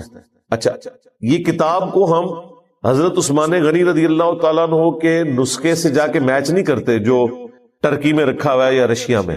وہاں کس کی اپروچ ہے، اور یہ لے بھی جائیں تو میچ کر ہی نہیں سکتے، اس پہ تو زبر زیر پیش ڈلے ہی نہیں ہوئے ہیں، اور وہ تو ایک دوسرے خط میں لکھا ہوا ہے، وہ جو یہاں کے لوگ تو جانتے ہی نہیں ہیں. حفاظ کی کریمنگ اسے محفوظ بناتی ہے، اور وہ اس کی پروف ریڈنگ کرتے ہیں ایک ایک چیز کی، جو انہوں نے نسل در نسل ٹرانسفر کیا ہے. نبی الاسلام نے صحابہ کو سکھایا، صحابہ نے تابعین کو، تبع تابعین کو، اس طریقے سے یہ ساری کی ساری چیز ٹرانسفر ہوئی اجماع امت سے، عملی تواتر سے. قرآن کی حفاظت اللہ تعالیٰ نے جو ذمہ لیا، اس کو اللہ تعالیٰ نے پورا کروایا امت کے ذریعے، کیونکہ ہمارے سامنے تو قرآن نازل نہیں ہوا، یہ خدمت اللہ نے امت کے سپرد کی. بڑے بڑے لوگ ڈنڈیاں مار کے گئے، قرآن کے کسی لفظ کو چینج نہیں کر سکتے. آج ہم گمراہ فرقوں کو جو اتنے اعتماد کے ساتھ للکارتے ہیں کہ قرآن میں یہ لکھا ہوا ہے، آپ مجھے بتائیں اگر قرآن تبدیل ہو جاتا تو انہوں نے تو ہمارے دنیا میں چھوڑے جانے سے پہلے ہی اپنی مطلب کی آیات بیچ میں داخل کر لینی تھی. آج ان کے لیے مصیبت بنی ہوئی ہے، نہ انہیں غلط کہہ سکتے ہیں. وہ کہتے ہیں نہیں تفسیر کی بنتی ہے، تفسیر کا فلاں عالم نے لکھی، ہم کہتے ہیں نہیں قرآن میں تو یہ لکھا ہوا ہے. بھاگ نہیں سکتے. اور یہی وجہ ہے کہ قیامت والے دن ہر شخص اللہ کی بارگاہ میں اکاؤنٹیبل ہے. جو شخص یہ کوئی گلہ شکوہ کر سکتا تھا نا کہ میں نے وقت کے پیغمبر کو اپنے سامنے نہیں پایا، اللہ نے اس کا گلہ شکوہ دور کر دیا. پیغمبر کا خلیفہ وصی قرآن کی شکل میں قیامت تک کے لیے محفوظ کر دیا. نبی الاسلام بھی تو اپنے بعد یہی قرآن ہی دے کے گئے نا. اگر قرآن کی حفاظت کی ذمہ داری اللہ تعالیٰ نہ لیتا تو پھر اللہ تعالیٰ کو پیغمبر بھیجنے پڑنے تھے، ادروائز اللہ تعالیٰ کی صفت عدل چیلنج ہو جاتی، کیونکہ اگر میرے تک تعلیمات ہی صحیح نہیں پہنچی ہیں تو میں اللہ کے حضور کیسے پکڑا جاؤں گا؟ اللہ تعالیٰ نے اس چیز کو انشور کیا قرآن کو محفوظ کر کے، کیونکہ پیغمبر کوئی نہیں آنا تھا، لہذا ختم نبوت کے اوپر ایک دلیل یہ بھی ہے کہ قرآن کو اللہ نے محفوظ کر دیا۔ لوگ کہتے ہیں اگلی کتابیں الہامی، کیا وہ لاڈلی کتابیں نہیں تھی؟ بالکل تھی، انہیں کیوں نہیں محفوظ کیا؟ اس لیے کہ اس وقت اگر کوئی کتاب کے ساتھ ہیرا پھیری کرتا تھا نا تو وقت کا پیغمبر موجود ہوتا تھا۔ بخاری مسلم میں حدیث ہے کہ بنی اسرائیل کی سیاست جو تھی نا وہ بھی انبیاء کے ہاتھ میں تھی، کوئی بھی نبی اس وقت تک فوت نہیں ہوتا تھا جب تک کہ وہ اپنے حکومتی معاملات کو اگلے نبی کو ٹرانسفر نہ کرتے۔ تو آپ امیجن کریں کہ ہر وقت پیغمبر موجود ہو دنیا میں، کوئی ڈنڈی مار ہی نہیں سکتا، کوئی تشریح بھی غلط کرے گا تو لوگ کہیں گے جی پیغمبر سے فیصلہ کرواتے ہیں، تو اختلاف کے چانسز ہی ختم ہے۔ اگر اب اللہ نے یہ ڈیسیژن کیا کہ پیغمبر میں نے کوئی نہیں بھیجنا تو اس کا منطقی نتیجہ یہ تھا کہ اب کتاب پھر محفوظ ہونی چاہیے، کیونکہ اگر اب کتاب بدل گئی تو ہدایت تو ختم ہو گئی، سارے جنتی ہو گئے، کیونکہ اللہ کے حضور آپ مقدمہ جیت جائیں گے کہ مجھے کیا پتا تھا، میں نے جس زمانے میں آنکھ کھولی اس میں تو ایاک نعبد و ایاک نستعین کے ساتھ یا علی مدد بھی لکھا ہوا تھا، یا شیخ عبد القادر جیلانی مدد بھی لکھا ہوا تھا۔ آپ کوئی کہہ سکتا ہے نہیں جناب، جو پکارتے ہیں نا انہوں نے بھی حاشیے میں لکھا ہوتا ہے، قرآن میں نہیں داخل کر سکتے۔ تو اللہ تعالیٰ نے اس کتاب کو محفوظ اس لیے کیا چونکہ پیغمبر اب کوئی نہیں آنا تھا، ادروائز کتابیں تبدیل ہو جاتی، جس طرح اگلی ہوئی تھی یہ کتاب بھی تبدیل ہو جاتی، تو پھر تو اللہ تعالیٰ کے حضور ہم کوئی نہ کوئی مقدمہ اپنا پیش کر سکتے تھے کہ یا اللہ ہم تک تو بات ہی صحیح نہیں پہنچی۔ تو اللہ تعالیٰ نے اس قرآن کو محفوظ کیا، اور یہی وجہ ہے کہ نبی علیہ السلام کا جو دعوی نبوت ہے نا اس کے اوپر جو سب سے بڑی دلیل ہے، آپ علیہ السلام کا سب سے بڑا جو معجزہ ہے جو ہم ہر وقت دنیا کو پیش کر سکتے ہیں، وہ اللہ کی کتاب۔ نبی علیہ السلام کی مبارک زندگی میں آپ کے جو فزیکل فینومینا آف نیچر کو توڑنے والے معجزات تھے، جن میں سے ایک ہی معجزہ ایسا ہے جو لوگوں کے سامنے ظاہر ہوا نبوت کی نشانی کے طور پر، بخاری مسلم میں آیا، وہ چاند دو ٹکڑے ہوا، یہ ایک نشانی تھی جو لوگوں کے سامنے تھی۔ باقی آپ کو جتنے معجزات ملتے ہیں نا وہ نبی علیہ السلام کے اس طریقے سے چیلنج کر کے کوئی دکھانے والے معجزات نہیں تھے۔ سفر میں پانی کم پڑ گیا، بخاری مسلم میں آیا، نبی علیہ السلام نے ایک پیالے میں انگلیاں رکھی اور چشمے جاری ہوئے، 1500 صحابہ نے پانی پیا بھی، جانوروں کو پلایا، سٹور بھی کر لیا، اور جابر بن عبداللہ کے الفاظ ہیں بخاری مسلم میں کہ ہم 1 لاکھ بھی ہوتے نا تو وہ پانی اس سے بھی زیادہ تھا۔ لیکن اس کی بنیاد پہ نبی علیہ السلام نے کسی کو بلایا نہیں کہ دیکھو میں ایک پیالے میں سے 1 لاکھ بندے کا پانی نکالنے لگا ہوں، مجھ پہ ایمان لے آؤ۔ ویسے آپ دیکھیں تو یہ ایک بہت بڑی چیز تھی جو پیش کی جا سکتی تھی، لیکن نہیں، یہ کیوں نہیں تھا؟ اس لیے کہ اللہ تعالیٰ نے یہ طے کر لیا کہ میں نے اپنے نبی کا جو معجزہ پیش کرنا ہے نا وہ ایسا معجزہ دعوی نبوت والا پیش کرنا ہے جو نبی کے پورے زمانے کے لیے ویریفائیبل ہو، اور وہ قرآن ہی ہے۔ نبی علیہ السلام کے اپنے زمانے میں بھی یہی قرآن تھا، آج بھی ہے۔ آپ پرانے معجزے آج کے لوگوں کو کیسے دکھا سکتے ہیں؟ یعنی میں دکھا سکتا ہوں کسی کو انگلیوں سے پانی کے چشمے نکلتے ہوئے؟ نہیں دکھا سکتا، کوئی ویڈیو موجود نہیں ہے۔ جو ریکارڈ ہے وہ تو ہمارا کلیم ہے نا حدیث کا، وہ تو نہیں وہ مانتے، لیکن ہم قرآن پیش کر سکتے ہیں۔ اب آپ سوچیں گے قرآن کیسے پیش کر سکتے ہیں؟ پہلی دلیل تو ہم یہ دیں گے کہ قرآن اللہ تعالیٰ نے محفوظ کیا، دیکھ لو اس میں کوئی فرق نہیں ہے۔ کلمی نسخے موجود ہیں قرآن کے مختلف میوزیمز کے اندر، جن میں کافروں کے میوزیم بھی ہیں۔ کاربن ڈیٹنگ ہو جاتی ہے، آپ کو پتا ہے چند سال پہلے انگلینڈ کے میوزیم کے اندر بھی ایک ایسا نسخہ نکلا جو حضرت عثمان غنی رضی اللہ تعالیٰ کے دور کا تھا، سورہ طٰہٰ کی آیات تھی اور باقی صورتیں تھی چند ایک، اور کوئی فرق نہیں ہے اس میں۔ ایون کافر بھی یہ مانتے ہیں کہ جو مصحف عثمانی ہے جس کے اوپر اتفاق ہے پوری امت کا، سنی ہو شیعہ ہو، وہ پوری دنیا میں ایک ہی ہے، اور ایسی حفاظت ہے کہ آپ انڈونیشیا کا مسلمان اٹھائیں، اسے کہیں کہ سورہ فاتحہ پڑھنی شروع کرے الحمدللہ رب العالمین، اور افریقہ کے مسلمان کو کہیں کہ اگلی آیت پڑھ، وہ پڑھے گا الرحمن الرحیم۔ پھر رشیا کے مسلمان کو کہ اس سے اگلی والی پڑھ، وہ کہے گا مالک یوم الدین، اور کوئی 2 مسلمان کسی بھی اعتبار سے اختلاف نہیں کریں گے۔ یہ بہت بڑا معجزہ ہے۔ تو اللہ تعالیٰ نے قیامت تک کے لیے معجزہ رکھا قرآن، تاکہ نبی علیہ السلام کی نبوت قیامت تک کے لیے جسٹیفائی ہو کہ قرآن حکیم کو آپ کسی بھی دور کے ٹیسٹ کے اوپر پیش کر سکتے ہیں۔ اس زمانے میں عرب کے لوگوں کو اپنی زبان پر بڑا ناز تھا۔ قرآن وہ کلام ہے جس کو سن کر شعراء نے اپنے کلام پھاڑ دیے کہ اس طرح کا کلام ہم نہیں لکھ سکتے، اور یہ ٹیکنیکل چیزیں وہ ہیں جو صرف عربی لنگوسٹک جاننے والے ہی، اور اس میں بھی جو لوگ ادب سے واقف ہیں وہ، عام عربی جاننے والے نہیں۔ یہ وہ اسپیکٹ ہے جو ہماری آنکھوں سے اوجھل ہے، ہم اجرمی نہیں سمجھ سکتے۔ ایون عربیوں میں بھی وہ لوگ سمجھیں گے جن کا شغف ہے اس کے ساتھ۔ لیکن یہ چیز کہ قرآن محفوظ ہے، قرآن کا دعویٰ تھا کہ اس کتاب میں نہ باطل آگے سے داخل ہو سکتا ہے، نہ پیچھے سے، نہ دائیں سے، نہ بائیں سے۔ سورہ حامیم السجدہ میں آیا، اور یہاں پہ آیا کہ ہم اس کی حفاظت کرنے والے ہیں، تو ہمیں حفاظت تو نظر آ رہی ہے، کوئی فرق نہیں ہے۔ کوئی لے کر آئے نسخہ کوئی دوسرا اور دکھائے ہمیں کہ دیکھیں جی یہ ہے جسے مسلمان مانتے ہیں۔ ایک تو یہ جو قرات کے اختلاف ہے، وہ اختلاف کا لفظ اس کے لیے غلط ہے، وہ 7 قراتوں میں قرآن نازل ہوا ہے۔ یہ اختلاف ڈسپیوٹ کے معنوں میں نہیں ہے، یہ اختلاف 7 قرات میں اللہ نے قرآن کو نازل کیا ہے۔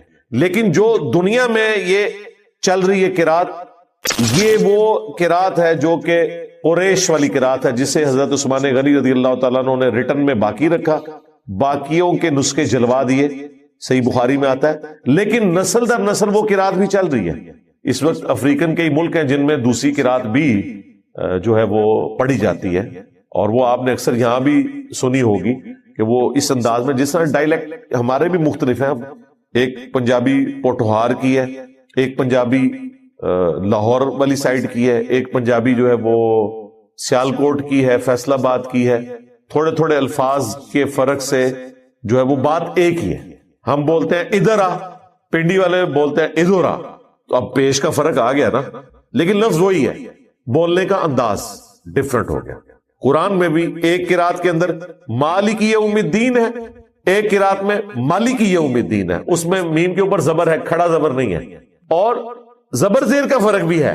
ایک قرات میں لقد جاءکم رسول من انفسکم ہے، ایک قرات میں انفاسکم بھی ہے، انفسکم انفاسکم، انفسکم تمہاری جانوں میں سے ایک پیغمبر آیا، انفاسکم تم میں بہترین نفیس ترین شخص آیا۔ بیک وقت دونوں مانے نبی علیہ السلام کے کیس میں درست ہے۔ تو یہ قرات کا اختلاف اپنی جگہ ہے، یہ اختلاف نہیں ہے، ڈسپیوٹ نہیں ہے، 7 قراتوں میں قرآن نازل ہوا ہے۔ لیکن یہ جو قرات پوری دنیا میں چل رہی ہے، اسی میں ہی حفظ کیا جاتا ہے اور آگے ٹرانسفر اس طرح کے معاملات ہوتے ہیں۔ اس قرات کو بس ایک قرات کے فن کے طور پر ضرور زندہ رکھا ہوا ہے۔ سبع عشرہ کا کورس بھی کر کے قرآ حضرات آتے ہیں جو والضحیٰ واللیل اذا سجا، اسے پڑھتے ہیں والضحیٰ واللیل اذا سجے، ہم پڑھتے ہیں سجا، وہ سجے، لیکن معنی وہی ہے، وہ بولنے کا انداز ہے۔ ٹھیک ہے، جس طرح آپ سرائکی طرز میں جو لوگ پنجابی بولتے ہیں وہ آپ کو پنجابی ذرا ڈیفرنٹ لگے گی، ہماری والی پنجابی ذرا ڈیفرنٹ لگے گی، لاہور والوں کی پنجابی بالکل ڈیفرنٹ ہے، فیصلہ آباد والوں کی آپ پنجابی دیکھیں تو بالکل ڈیفرنٹ ہے۔ وہ ہمیں سن کے پتا چل جاتا ہے کس علاقے کی پنجابی ہے، لیکن ساروں کے لیے پنجابی کا لفظ بولا جاتا ہے۔ تو قرآن حکیم کی وہ قرات کا جو اختلاف ہے وہ اسے اس اعتبار سے کوئی مشکوک نہیں بناتا، کیونکہ اکثر لوگ اس کو پوچھ بھی رہے ہوتے ہیں۔ میں نے اس کے اوپر کئی ایک ویڈیوز بھی ریکارڈ کروائی ہیں۔ ماڈرن دور کے اندر دمشق شام کا ایک رائٹر ہے عثمان طاہا، جسے سعودیہ والوں نے ہائر کیا تھا آلموسٹ کوئی 30-40 سال پہلے۔ اس نے مصحف لکھ کے دیا، مختلف مصحف لکھوائے تھے سعودی عرب والوں نے۔ شاہ فہد جو پرنٹنگ پریس ہے انہوں نے، یہ جو ہمارے ہاتھ میں یہ بلو والا قرآن ہے جو آپ کو مسجد نبوی میں بیت اللہ شریف میں ملتا ہے، یہ بھی اس کا ہی لکھا ہوا ہے۔ یہ بلو بائنڈنگ سے سعودیہ سے شائع ہوتا ہے، اور یہی قرآن ریڈ بائنڈنگ میں ایران سے شائع ہوتا ہے۔ دونوں پہ لکھا ہوا ہے کہ عثمان طاہا کا لکھا ہوا قرآن، وہ کاتب وہی ہے، اور ایسے کمال انداز میں اس نے لکھا ہے کہ اب آپ دیکھیں کہ اس قرآن کے آلموسٹ 600 سے زیادہ صفحات ہیں، ہر صفحے کے اوپر آیت مکمل ہو رہی ہے۔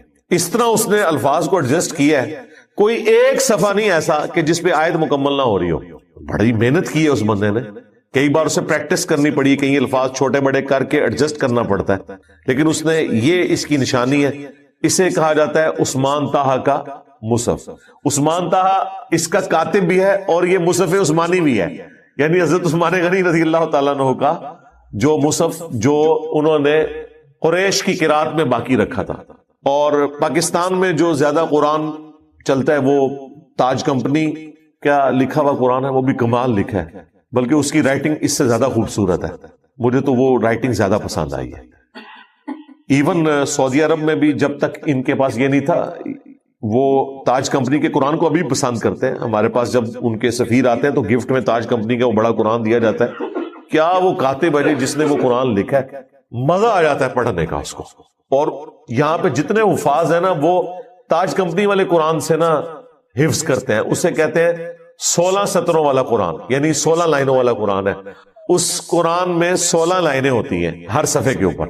ہر صفحے پہ آیت تو نہیں مکمل ہوتی، لیکن وہ 16 لائنوں والا قرآن ہے. اور بڑے زبردست انداز میں جو ہمارے جتنے بھی یہاں حافظ ہیں انہیں ان کے دماغ میں بھی چل رہا ہوتا ہے کہ یہ اس صفحے پہ اس جگہ کر کے آیت آتی ہے. ظاہر ہے وہ پڑھ پڑھ کے نا وہ دماغ میں خود بخود بیٹھ جاتی ہے چیز.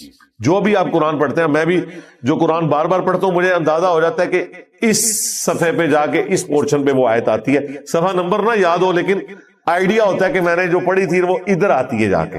تو اس طریقے سے وہ لائنوں والا جو 16 لائنوں والا قرآن ہے. سعودی عرب کا جو قرآن ہے وہ 15 لائنوں والا ہے لکھا ہوا. یہ والا بلو قرآن مختلف یعنی دنیا میں چیزیں چل رہی ہیں لیکن قرآن وہی ہے. یہ انہوں نے خط نسخ میں لکھا ہے جو ہم گول گول الفاظ لکھتے ہیں. لیکن آپ سعودی عرب میں جائیں تو انہوں نے جو اپنا قرآن ہے وہ گرین بائنڈنگ میں ہے. وہ چپٹے الفاظ ہوتے ہیں. اسے کیا کہتے ہیں جی؟ خط ریحان کہتے ہیں. ہاں، چپٹے جو الفاظ لکھے جاتے ہیں. ہمیں تو وہ پڑھتے ہوئے بھی نا ذرا دقت ہوتی ہے. ظاہر ہے وہ ہمارا پڑھے جانے والا خط نہیں ہے، لیکن عربی اس خط کو پڑھتے ہیں. اچھا، لیکن اس میں پھر آپ دیکھیں اس میں جو کھڑا زبر، کھڑی زیر اور الٹا پیش یہ نہیں ہوتے. یہ ہماری ضرورت ہے، عربیوں کی ضرورت نہیں ہے. ہم جب تک میم کے اوپر کھڑا زبر نہیں ہوگا نا ہم مالکی لفظ نہیں پڑھیں گے. ان کے قرآن پہ میم کے اوپر کھڑا زبر نہیں ہوگا، عام والا زبر ہوگا. ہم اسے پڑھیں گے مالکی یوم الدین، لیکن عربی اسے پڑھے گا مالکی یوم الدین. اسے پتا ہے کہ اس وقت یہاں پہ یہ پڑھنا ہے. کھڑی زیر نہیں ہوگی وہ لمبا کرے گا، الٹا پیش نہیں ہوگا، وہاں سیدھے والا پیش ڈلے گا. لیکن اسے پتا ہے کہ لاہو لکھا ہے نا تو میں نے اسے لاہو پڑھنا ہے کیونکہ لینتھ ڈبل ہو جاتی. الٹا پیش عام پیش سے ڈبل لینتھ کا ہوتا ہے پڑھنے میں. کھڑا زبر عام زبر سے ڈبل لینتھ کا ہوتا ہے. کھڑا زیر عام زیر سے ڈبل لینتھ کا ہوتا ہے. تو انہیں پتا ہے وہ پڑھ لیتے ہیں. وہاں پہ اللہ بھی جو لکھا ہوگا نا اس پہ کھڑا زبر نہیں ہوتا، یہ والا زبر ہوتا ہے. لیکن پڑھیں گے وہ اللہ نہیں پڑھیں گے، زبر کو چھوٹا نہیں پڑھیں گے. لیکن ہم لوگوں کے لیے تو پرابلم ہوتی ہے، اس لیے یہ زبر زیر اور یہ پیش. ویسے تو عربیوں کو وہ والے زبر زیر پیش کی بھی ضرورت نہیں ہے. ہمیں اردو میں کیا زبر زیر پیش کی ضرورت پڑتی ہے؟ جن لوگوں کو اردو آتی ہے. ہمارا بچہ بھی دال نون لکھا ہونا تو دن پڑھے گا، بچہ بھی اسے دون یا دن نہیں پڑھے گا کیونکہ اسے پتا ہے نہ دن کوئی لفظ ہے نہ دون کوئی لفظ ہے. اور اگر کوئی الفاظ ہوں بھی تو وہ جملے سے پتہ لگا لیتا ہے کہ یہ لفظ میں ہے یا میں ہے.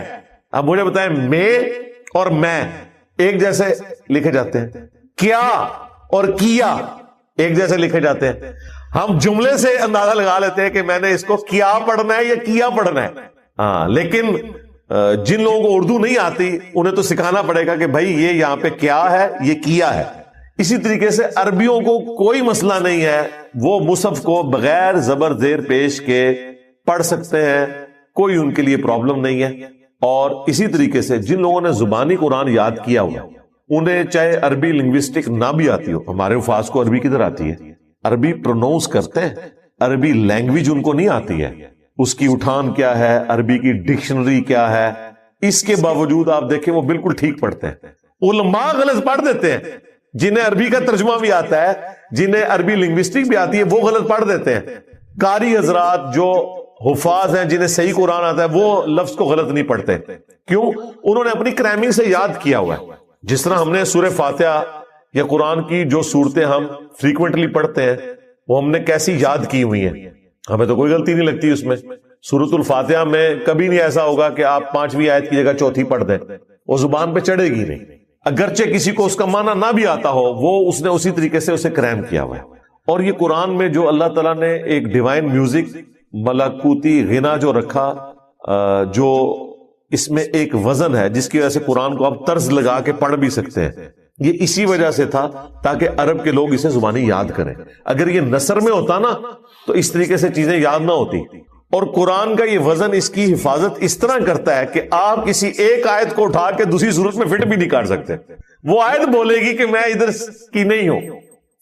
کئی صورتوں میں بھی ایک سے زیادہ کئی وزن آ جاتے ہیں، لیکن وہ جب وزن چلتے ہیں تو پھر ایک جیسے چلتے ہیں. تو اس وزن نے نہ صرف اس میں خوبصورتی پیدا کی ہے کہ آپ طرز بھی لگا سکتے ہیں، بلکہ حفاظت بھی کی ہے. اب یہ عربی لنگوسٹک کی جو جتنی چیزیں ہیں، یہ تو جو عربی ادب کے جاننے والے لوگ ہیں وہ آپ کو بتا سکتے ہیں قرآن میں یہ اس طرح. آج کے زمانے میں کیا ہو سکتا ہے؟ آج کے زمانے میں قرآن کو آپ سائنس کے ٹیسٹ سے گزاریں. سائنس وہ جو اسٹیبلش ہے، جو صرف تھیوریز ہیں، کنفرم نہیں ہے، ان کی میں بات نہیں کر رہا، یا ابھی ایوالو ہو رہی ہیں. تو کئی ایک ایسی چیزیں جو قرآن میں بیان ہوئی ہیں، جس طرح ماں کے پیٹ میں بچے کی جو پرورش ہے وہ کس طرح ہوتی ہے، کن سٹیجز سے، یہ تو ہمیں آج سے تقریباً 60-70 سال پہلے جب الیکٹرانک مائکروسکوپ کی انوینشن ہوئی ہے تو پتا چلا ہے. لیکن قرآن میں جو ترتیب اس کی بیان ہوئی ہے سورہ الحج میں، سورۃ المومنون کے اندر، کہ کن سٹیجز سے گزرتا ہے، یہ وہ چیزیں ہیں جو ہم بتا سکتے ہیں.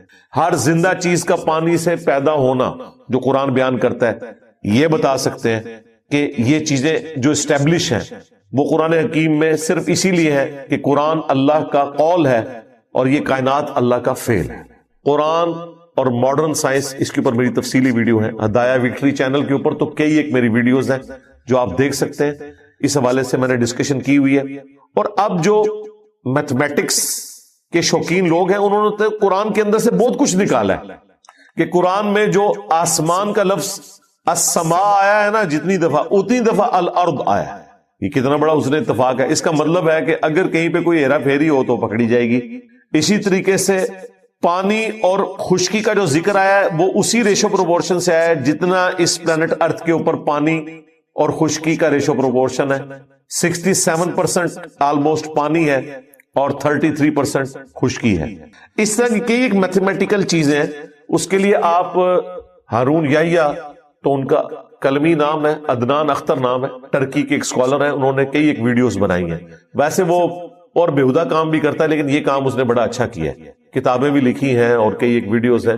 قرآن کے جو آپ سمجھ لیں 20ویں 21ویں صدی میں جو چیزیں ہمارے سامنے آئی ہیں معجزات کی شکل میں، وہ اس نے بتائی ہیں کہ دیکھو یہ چیز قرآن حکیم میں پہلے کی لکھی ہوئی تھی اور یہ اب آگے پتہ چلی ہے. یہ اس بات کا ثبوت ہے کہ قرآن کا سورس ڈیوائن ہے. اور پھر قرآن کی وہ چیز تو سارے ہی ٹیسٹ فیل کر سکتے ہیں جو قرآن کی گفتگو کا سٹائل ہے، جو اس کے اندر کانفیڈنس ہے، جس اعتماد سے قرآن میں گفتگو ہوئی ہے، یہ کوئی انسان کر ہی نہیں سکتا. انسان کی لکھی ہوئی کتاب اس طرح نہیں ہوتی ہے. اس میں باقاعدہ چیپٹرز اس انداز میں ہوتے ہیں کہ وہ ان چیزوں کا خیال رکھتا ہے کہ میں نے پہلے یہ چیپٹر ڈالنا ہے، پھر یہ ڈالنا ہے، پھر یہ ڈالنا ہے، اور پھر ونس اپون ٹائم سے لے کے ایک پوری ایک سٹوری کے طور پہ بیان کرتا ہے. قرآن اس طرح کی کتاب نہیں ہے. یہی وجہ ہے کہ قرآن کو آپ کہیں سے بھی کھولیں آپ کی ہدایت کے لیے کافی ہے. قرآن کو آپ کہیں سے بھی کھول لیں، آگے پیچھے سے اس کا جو ذکر دوسری جگہ پہ ہے وہ نہ بھی آپ کو معلوم ہو، تب بھی آپ کی ہدایت کے لیے اچھا خاصا حصہ میسر ہوتا ہے. آپ کو ایک دفعہ ہلا کے رکھ دیتی ہے وہ بات. اگر اس طرح کے ربط ہم تلاش کرنا شروع کریں تو پھر تو قرآن پاک آپ جب تک سٹارٹ سے اینڈ تک نہیں پڑھیں گے آپ کو بات نہیں سمجھ آئے گی. قرآن تو کہیں یہ نہیں کہتا. 30ویں پارے میں آپ دیکھ لیں چھوٹی چھوٹی صورتیں ہیں، مکمل ایک ٹاپکس ہیں. یہ قرآن کے تعارف میں نے بتایا تھا کہ یہ اللہ تعالیٰ کے خطبات ہیں، پرفیکٹ خطبے ہیں 114. تو یہ جو ٹیسٹ ہے وہ آپ فیل کر سکتے ہیں. قرآن کتنے اعتماد کے ساتھ گفتگو کرتا ہے. کئی نان مسلمز جنہوں نے قرآن پاک کا ترجمہ پڑھا ہے نا انگریزی میں، سب کا جو کامن ایکسپیرینس ہے وہ یہی ہے کہ اس کتاب کا سٹائل ہی بڑا ڈیفرنٹ ہے، اس کا بات کرنے کا کانفیڈنس ہی ڈیفرنٹ ہے. پورے وثوق کے ساتھ یہ کتاب بات کرتی ہے. ہمیں چاہیے کرنا چاہیے اس طرح نہیں ہے. یہ کرو گے تو یہ ہوگا اور اگر یہ کیا تو یہ ہو جائے گا. یہ انسان کو اس طریقے سے بات کر ہی نہیں سکتا. یہ وہ ٹیسٹ ہے جو ہر بندہ فیل کر سکتا ہے، بشرطے کہ قرآن کو اچھے طریقے سے ترجمہ کیا ہو، الفاظ کا چناؤ اچھا ہو. میرے نزدیک مولانا مودودی رحمہ اللہ نے جس طریقے سے قرآن حکیم کو اردو میں ٹرانسلیٹ کیا ہے، انہوں نے وہ عربی زبان کا سوز و گداز ٹرانسلیٹ کیا ہے. جہاں کہیں بریکٹس ان کو لگانی پڑتی ہیں اس وجہ سے کہ عربی تو ورسٹائل زبان ہے، اردو میں ٹرانسلیٹ کرنے کے لیے بعض اوقات آپ کو بریکٹس لگانی پڑتی ہیں تاکہ وہ جملہ سیدھا ہو جائے، لیکن عربی زبان میں وہ جملہ اسی طریقے سے بولا جاتا ہے. اب اردو زبان میں تو بڑا ظلم ہے نا کہ آپ ترجمہ لوگوں کو یہ بتائیں کہ ہم نے آپ کو نہیں بھیجا مگر رحمت للعالمین بنا کر تمام جہانوں کے لیے یا تمام جہان والوں کے لیے. باللفظ تو ترجمہ یہ درست ہے، لیکن اردو میں تو ہم اس طرح نہیں بولتے. اردو میں ہم یوں بولیں گے کہ ہم نے آپ صلی اللہ علیہ وآلہ وسلم کو تمام جہان والوں کے لیے رحمت بنا کر بھیجا ہے، لیکن لفظی ترجمہ وہی ہوگا کہ ہم نے نہیں بھیجا مگر رحمت بنا کر تمام جہان والوں کے لیے. عربی میں جب اس طریقے سے گفتگو ہوتی ہے وہ گفتگو میں وزن کے لیے، اور یہ نارمل گفتگو ہے. عربی میں تو یہ ٹھیک ہے